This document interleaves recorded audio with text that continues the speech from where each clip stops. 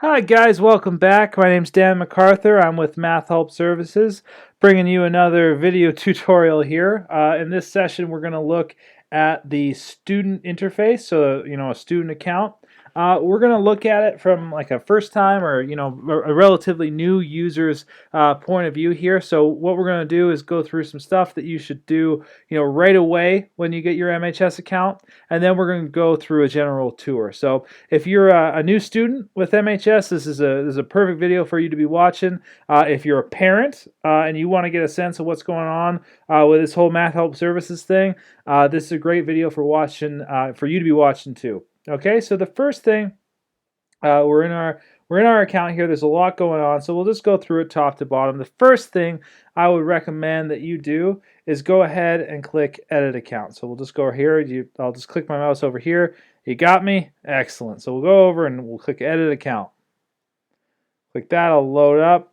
And the next thing we'll do here is change our username. Okay, so you probably got something. So I got a real simple one here. You probably got something generated by our system with numbers and uppercase and lowercase letters.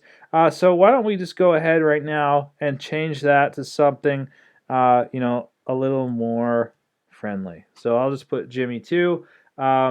Change it to something that you'll remember. One thing with these with the usernames and the passwords, and we'll get to that in a second, is that they are case sensitive. So it's imperative that if you are going to use uppercase letters, that you remember which letters you've capitalized. Okay, so once we're comfortable with that, go ahead and click Update Login Info. Fantastic. We've updated this login info. So the next step would be to change our password. Okay, so I'm just going to go over here and click on this change password. So it populated my current password, but I'm going to go ahead and I'm going to change. I'm just going to make sure that it is it is in fact the right password. Sometimes your key change will remember it, sometimes it won't. So just go ahead and re-enter it, and then enter a new password. So make sure that your password is at least 8 characters. It has to be at least 8 characters. And again, if I were you, I would just do your first name and last name. Just something simple that you'll remember. Okay, and then just leave the capitals out of it so you don't have to remember. Just do something all lowercase. Make life easy. So once we're ready to do this, I'll update password. And I did it successfully. Okay, so you might get a red thing if you're entering that alphanumeric thing. Don't panic. Just try it again. Very few people get it the first time, so just bear with us here. So just enter it until you get it right. Fantastic. All right. So moving on. The next thing I'm going to need you to verify is your contact info. So I'm just hovering over that. So I'll just click through that right now.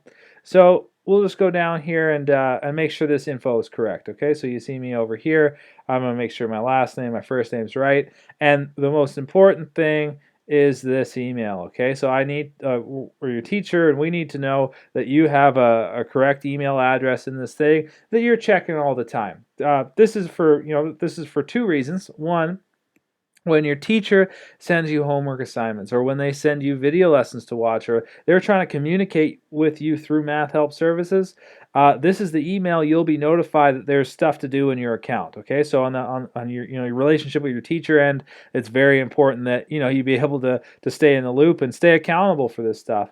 If you do have an issue with your account and you get in touch with us, we need to have good contact info for you. Okay, so if you put out a support claim or anything like that, we need to be able to get in touch with you.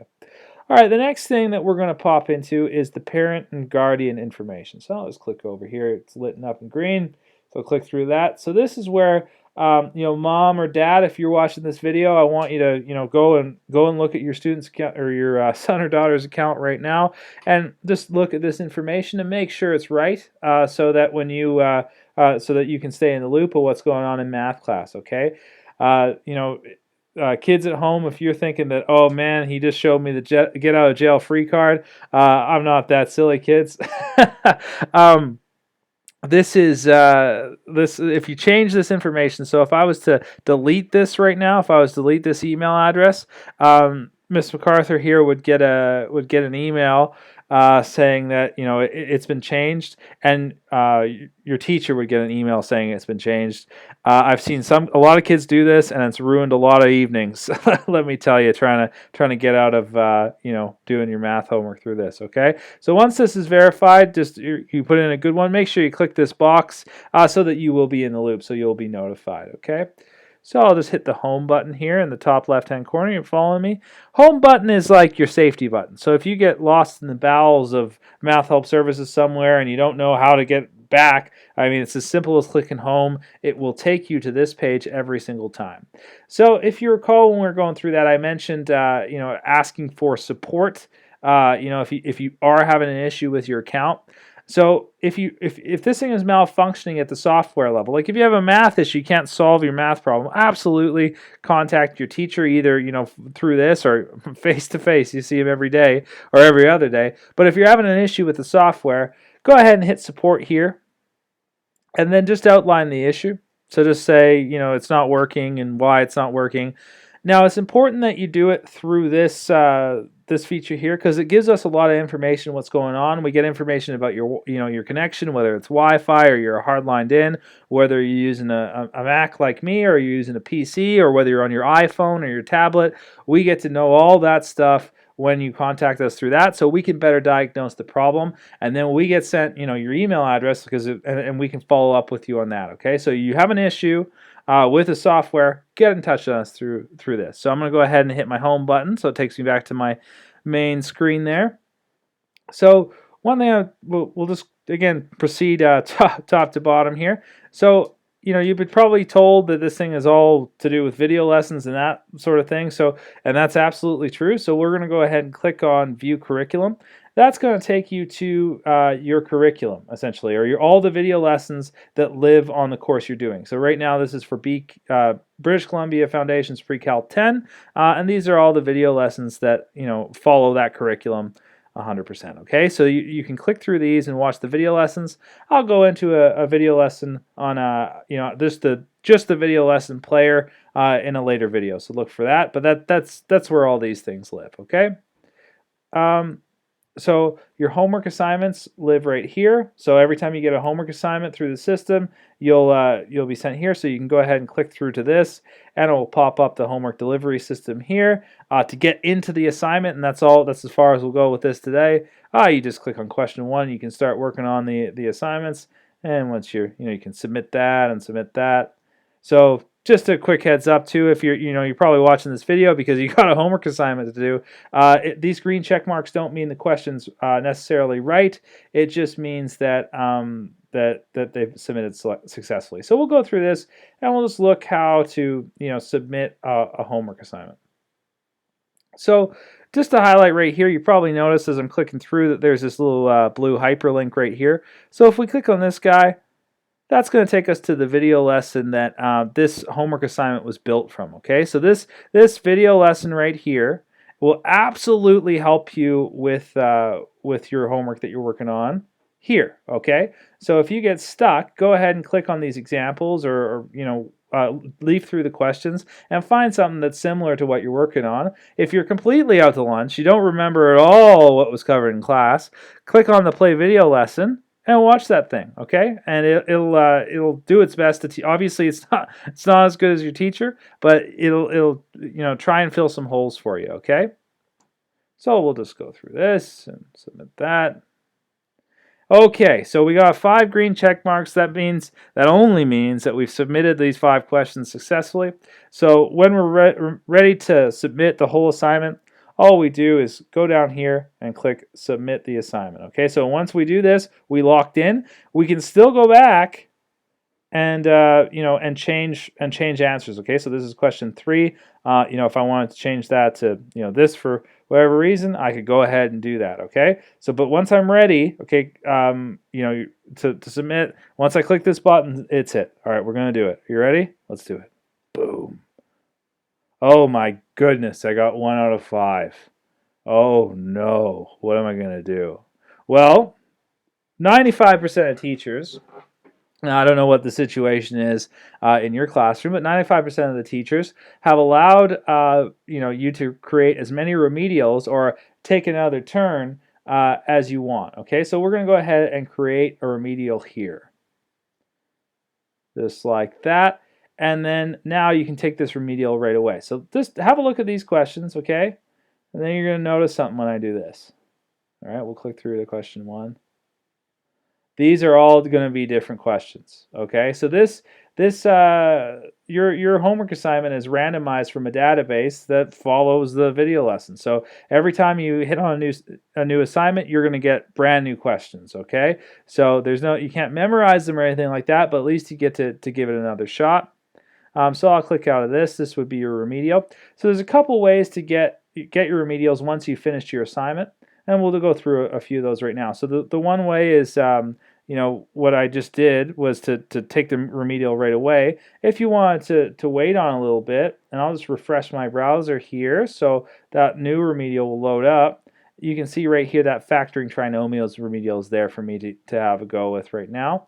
If I wanted to, after the fact, I had done an assignment, I got, 3 out of 5, but I decided that, hey, I know I can get 4 or 5 out of 5 or 9 out of 10 or whatever the assignment's out.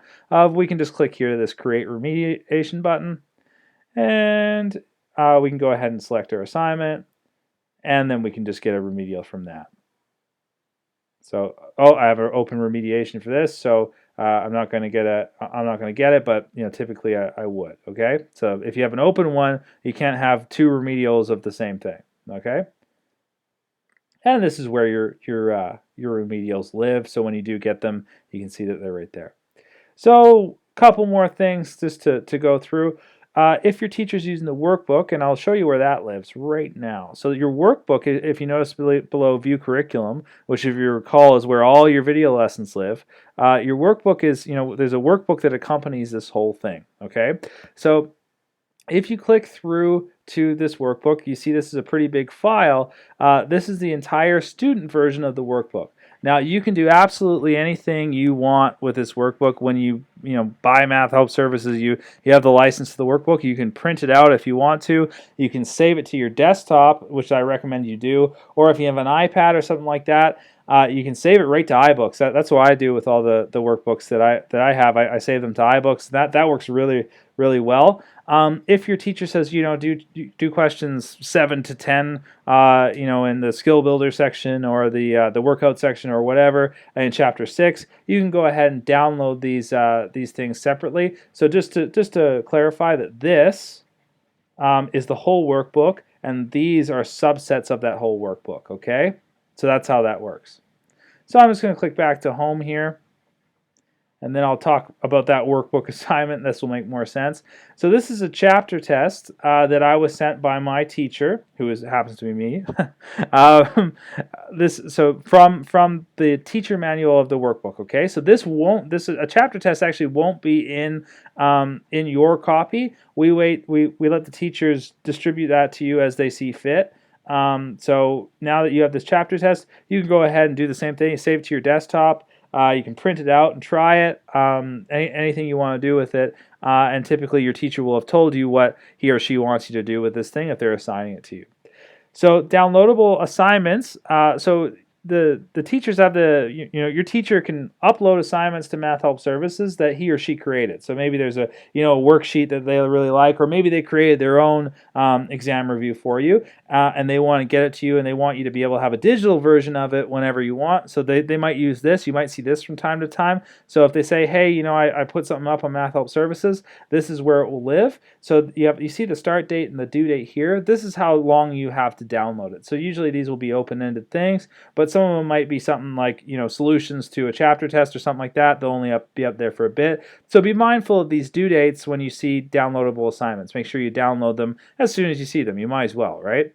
The last thing we'll talk about here is video lessons. Okay, so this is where all your video lessons that your teacher assigns you will live. Again, so I hate to be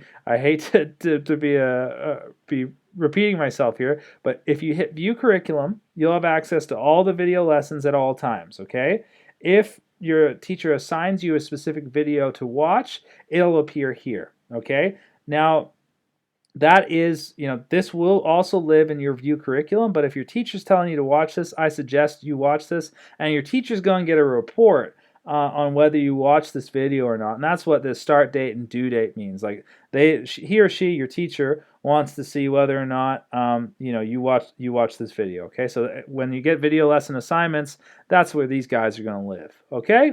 So guys, I hope that video lesson, or this video tutorial rather, was helpful. I hope it gives you a little insight into how to use Math Help Services. I wish you the best of luck with whatever math course you're taking this semester. If you have any questions or comments, please follow us on Facebook or Twitter. And if you send me a message through our the Math Help Services account, or tweet at us, Math Help Services, we'll do our best to answer those questions. And heck, I might even make a video lesson out of them. Okay, or a video tutorial on YouTube here. So thanks again for watching, guys. I really hope that was helpful. Thanks. Bye now.